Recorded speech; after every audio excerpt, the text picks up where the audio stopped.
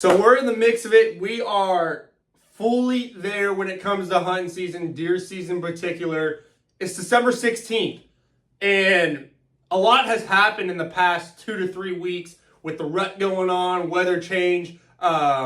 Just so much has gone on. So we're going to kind of go back 2 weeks. I was down in South Texas 2 weeks ago, D-Tex whitetails, chasing deer, rattling deer. Rut was, at its prime. Deer chasing does constantly. Bucks just, doing some crazy things that they would not usually pattern to do. And we had a phenomenal time. It was me and a couple buddies. Just an absolute awesome time. We got a bunch of footage. And I just want to kind of talk about where we're at currently, sitting at December 16th. I always say prime rut kind of ends and works towards that ending around December 14th, second week of December. So we're already past that. So kind of where are we at the moment? The rut here in South Texas is slowly coming to an end. There's still deer, obviously, bucks chasing does and whatnot. I always say there's like kind of two periods. So you're still getting deer chasing. We're still getting cold weather. I mean, cold weather is still coming, obviously. We haven't hit freezing weather down in South Texas yet, but it's coming. But rut's still going on, but it's slowing down a little bit. These deer, these bucks have lost a lot of weight. Well, they're starting to lose a lot of weight chasing these does constantly. Food sources, vegetation gets a little bit slimmer. Luckily, we haven't had a cold front yet, so there's still somewhat some good food source out there. But we're almost in that post rut. I always say post rut starts around right after Christmas, January-ish. So we're almost there, and that's a whole different situation. We'll do another podcast of how do you hunt the post rut, right? What happens during the post rut? What do these deer do, bucks wise, pattern wise? So we'll get into the depth about that a little later. But so I wanted to just go back 2 weeks to when I was down there. I made a custom rattling set sheds that I had found. It's like an 8-point. Cut their brow tines off so you don't hit your fingers, especially when it's super cold. It hurts. And I just went rattling. I hit like 4 or 5 different spots. Kind of looked on Google Maps, kind of figure out where I wanted to sit. And when you're rattling, you want to be able to be a little elevated, but you don't want to be too high. Because if you're too high and you're rattling, these deer won't be able to know like where exactly you're rattling at. But you want to be high enough that you have enough visual. You can see a couple different directions where these deer are coming out. I was able to rattle in. I rattled in 3 bucks, like two decent 8s and then a 10-point, but he was like all broke off, and then like 3 does as well. These deer were super aggressive. There was a video my brother took. These 2 bucks were just going at it, locked up for probably 30 seconds, going back and forth. And one of these bucks actually did a body flip the other deer, landed him right on the back, right on his back. And the funny thing is that buck that got body flipped actually won at the end of the day. So there's a lot going on, broken tines. I saw a buck, his right side, his main beam was was broken. Like there's like this much main beam coming off his head. The rest was just broken. So fierce time. The rut basically proved itself. And it's always a good time hunting in the rut. So what we're currently sitting at, I know like a lot of states, your season has came to an end. I know like some like Oklahoma and whatnot, you only get like 2 weeks and whatnot. But for the states that still have, you're still able to hunt. Here in Texas, we get to go till like mid-January. So if you're trying to find your big deer, now is the time, guys. The rut, if you haven't found them in the rut, I wouldn't say get worried, but you really got to start putting time in. The post-rut, they're really going to be looking for feed. So if you have a food plot in the post-rut, even right now, go hunt that food plot. These bucks, like I said, they have lost a lot of weight and they're looking for food to eat. So go hunt those food plots. Go hunt high, fiber areas. Whether you got like oak trees, deer love chewing on pecans and whatnot, and any kind of nuts. So go find some oak trees. Go find some trees that drop some nuts. Hunt that. Put a tree stand up.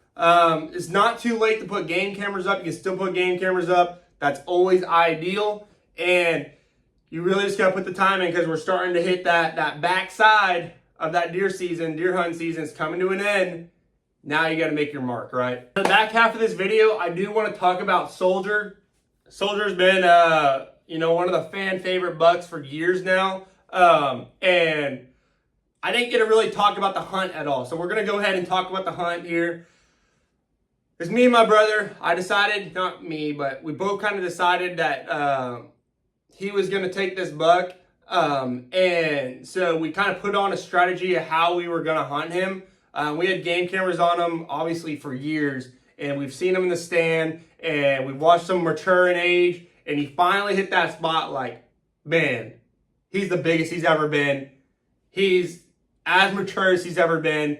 Now is the time to take him, right? So me and my brother, we actually made a brand new bow line, basically 5 feet, 6 feet off the ground, put a pop-up on top, brushed it all in for this buck. And it was about, anywhere from a 30 to 40 yard shot. This is a farther kind of, we're hunting bow, right? We're bow hunting. So it's kind of a little farther shot. You're getting that 40, 45 yards, especially for a 200-inch buck, right? And we hunting him. Oh, guys, we were hunting him on an afternoon, right? It was an afternoon. The wind was blowing probably 30 miles per hour, right? And it's me and him in this ground blind. We're on top of this hill, so it's windy. It is windy. And I'm actually having to hold down the ground blind, honest to God, for over an hour. I'm holding it down. The ground blind's tied down, right? It's tied down to the platform that we're on. But it was so windy that if I would have let go at any moment, dude, it would have flown right off and our hunt would have been cooked, right? So I was holding it down for a whole hour and we had a bunch of deer, bucks. We had, I think we had some fallow deer, some exotics, and obviously it was the rut. Everyone was chasing like crazy. And out of nowhere, I'm sitting on the right side of that bow line. I see Soldier on my left eye come walking about, guys, 15 yards right in front of us. Now, I'm telling my brother, Soldier, he's here, right? And he's immediately, my brother gets buck fever. He starts shaking, right? He starts shaking. The blind, the stand starts rattling a little bit. And we only had like 2 really good shots. Just because like the brush, we didn't really cut it as much. We're trying to be brushed in as much as we could. And so the shot, he was broadside at 20 to 15. He couldn't get a shot off right off the bat. And it would have been a quick shot. He only had about 10 seconds if he was going to do something. So we decided to wait. And next thing you know, guys, over an hour and like 15, 20 minutes, this hunt still goes on. Soldier is going back and forth. He is a very emotional buck if you're going to hunt. This deer will leave and absolutely ruin your emotions. He's gone. He's not coming back. And then out of nowhere, he'll come back and all your emotions come back and you're just full of juice. You're ready to go again. This buck did this about 6 different times.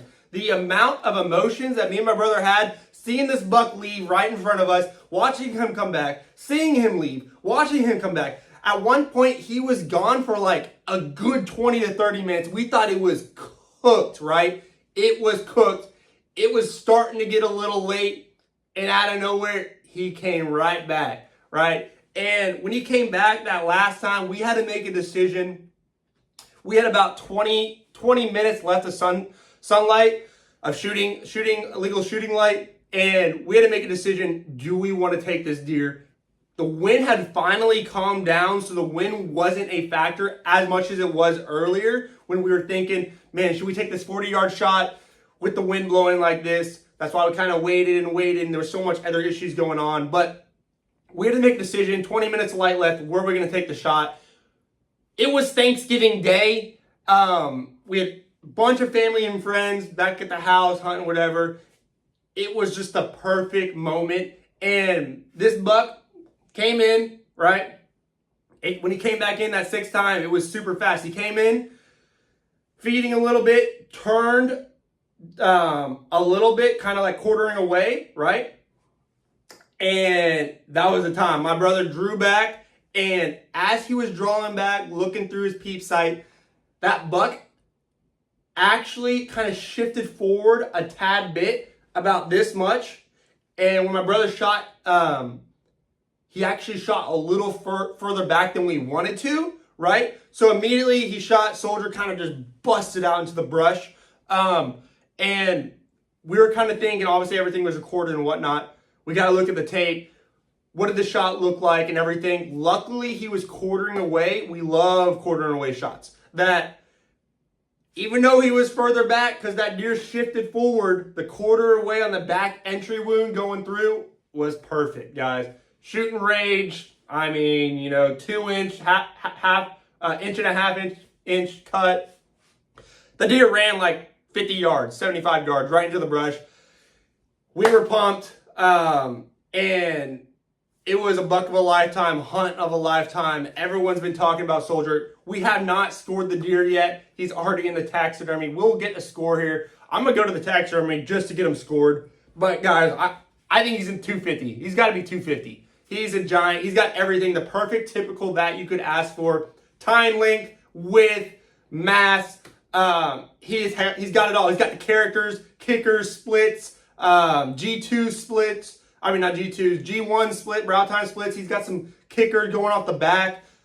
He's a buck of a lifetime. Congrats again to Carson on getting that buck. So I just wanted to share that with y'all because I didn't get to talk about the situation. I've been hunting so much and whatnot. How that hunt kind of broke down. He's doing a pedestal mount, so it's going to look sick. I'll keep y'all updated. It's going to take at least a year to get it back and whatnot. But I do need to get him scored.